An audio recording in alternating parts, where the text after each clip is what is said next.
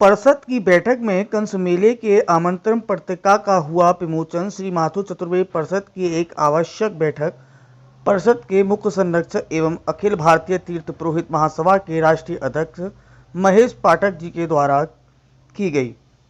चतुर्वेदी समाजवाड़ी भैंस बहुरा पर संपन्न हुई बैठक में अध्यक्षता कर रहे श्री पाठक जी ने कंस मेले के संबंध में आयोजित 4 दिवसीय कार्यक्रम की पत्रिका का विमोचन किया। इस पत्रिका के माध्यम से उन्होंने बताया कि 11 तारीख को गोपाष्टमी का मेला, 12 तारीख को पुण्य तीर्थ विश्राम घाट पर अखिल भारतीय विराट कवि सम्मेलन और 13 तारीख को कंसबद्ध मेले का आयोजन किया जाएगा। वहीं 14 फरवरी को देवउठान एकादशी के उपलक्ष्य में पूर्ण तीर्थ विश्राम घाट पर भव्य दीपदान का आयोजन भी किया जाएगा। परिषद के महामंत्री राकेश तिवारी एडवोकेट ने बताया कि मेले को भव्य बनाने के लिए भव्य झांकियों का आयोजन किया जा रहा है और अनेकों बैंड और नफीरी भी बाहर से मंगाए जा रहे हैं और इस संबंध में युवा समिति के लोगों को जिम्मेदारी दी रही है।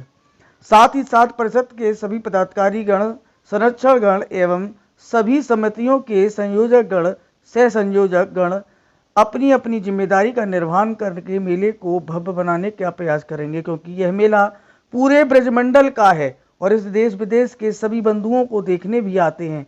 बैठक में अनेक विचार रखते हुए संरक्षक नवीन नागर धारीलाल पाठक ने भी संपूर्ण सहयोग की बात कही। इस अवसर पर परिषद के उपाध्यक्ष संजय चतुर्वेदी, कोषाध्यक्ष कमल चतुर्वेदी, निरीक्षक राजीव चतुर्वेदी, एडवोकेट मंत्रीगण नीरज चतुर्वेदी, गोपाल चतुर्वेदी, अमित चतुर्वेदी, अनुज चतुर्वेदी, राजकुमार, अनिल चतुर्वेदी, आशीष चतुर्वेदी, आशीष डाडीवाले, आशीष चतुर्वेदी, आदित्य चतुर्वेदी, द्वारकेश तिवारी, चिराग चतुर्वेदी, गोपाल पाठक आदि मौजूद रहे। या पुलिस को बता दो और बीच बीच में अनाउंस भी करते रहो कि आप निगरानी में हैं सीसीटीवी कैमरे में।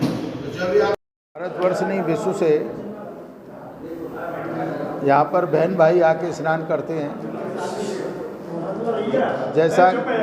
जैसा कि सर्वविदित है, ये कहावत है कि इस दिन जब यमुना जी ने अपने भाई यमराज को, यमुना जी के 2 भाई यमराज और शनि, इनकी जिसके ऊपर कृपा हो जाए, तो जब बहन ने अपने तिलक किया तो उन्होंने पूछा वरदान मांगो, तो यमुना जी ने कहा इस दिन जो भी मुझ में स्नान करे वो स्वर्ग में जाए। तो ये बहन भाइयों का त्यौहार है।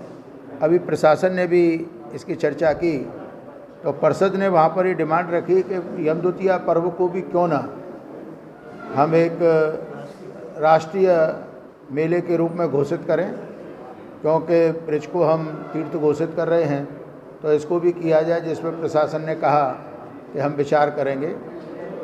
तो परिषद ने उसमें अपने विचार दिए कि उसमें गोताखोरों की व्यवस्था हो, शौचालय की व्यवस्था हो, कपड़े बदलने की व्यवस्था हो, और हमने कहा है कि परिषद के पदाधिकारी सीसीटीवी कैमरे से ख्याल रखें, कोई चोरी चकारी नहीं हो, किसी के साथ बदतमीजी न हो, और जो यात्रियों का फ्लो है वो बड़े सिस्टम से हो।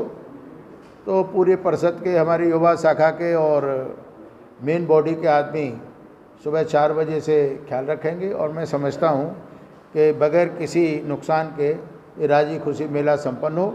जो यात्री ब्रिज में आए, विश्राम घाट पे आए, स्नान करके अपने घर सुरक्षित वापस जाए। दूसरी हमारी जो आज ये मीटिंग है वो हर वर्ष की भांति, जैसा आपको मालूम है, यहाँ पर कृष्ण महोत्सव मनाया जाता है। तो 11 तारीख को हमारी गोपाष्टमी है, 12 तारीख को विराट कवि सम्मेलन है विश्राम घाट पर हर वर्ष की भांति, और 13 तारीख को कृष्ण महोत्सव कंसबद्ध लीला है। उसमें क्योंकि 2 साल कोरोना काल का रहा, परंतु हमारा मेला निरंतर चालू रहा, परंतु हम चाहते हैं कि वो भव्य तरीके से मनाया जाए। उसमें हम कोरोना प्रोटोकॉल का अभी भी ख्याल रखेंगे, क्योंकि ये समस्या अभी दूर नहीं हुई है। रिलीफ मिला है, परंतु हमको सावधान रहने की ज़रूरत है।